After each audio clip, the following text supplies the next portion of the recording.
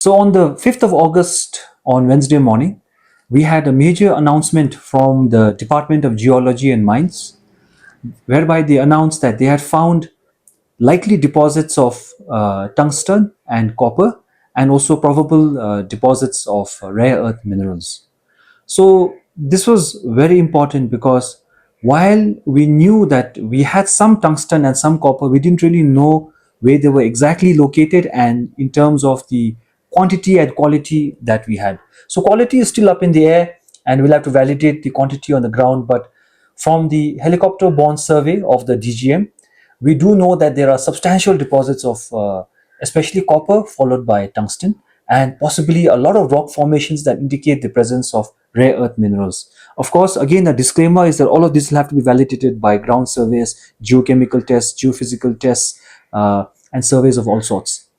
Now, for Bhutan, this is a very huge and important economic news, especially in the times of a lot of migration happening and economic post-pandemic economic downturn.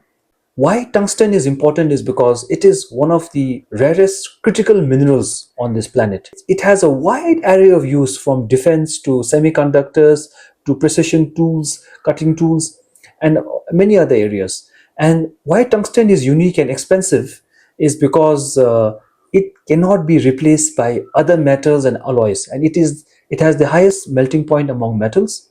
And then the other factor also is that because of this rarity of tungsten, it has seen a 600% jump in prices in 2026 from the 2024-2025 baselines.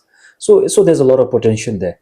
In terms of copper also, it is now increasingly becoming a valuable metal because of the huge electrification that's happening across the world, both in terms of the world increasingly turning to electric sources of energy in terms of green energy, and at the same time the huge data center and AI build up where you need again lots of copper to supply the electricity to these data centers. So I think both of these are very important discoveries, and at the same time, if we can validate and find rare earth minerals, then it will be a trifecta for us, because rare earth minerals, as we know, there's a global shortage, the prices through the roof. And I mean, a bit of a disclaimer that not all rare earth minerals have equal value, but many of them have high value and are very scarce. So I think there's a lot of economic potential in terms of the news that we've been given.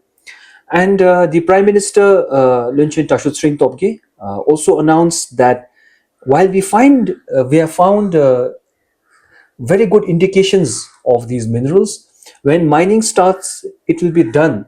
First of all, we will see whether it is to be done or not. And then when it is done, it will be done in line with our philosophy of gross national happiness, environmental sustainability, protecting our constitutional provision of 60% forest cover. And also, it will be made sure that the people, the public benefit from these natural resources, and it will be done in a transparent manner. So reassuring words from the Prime Minister.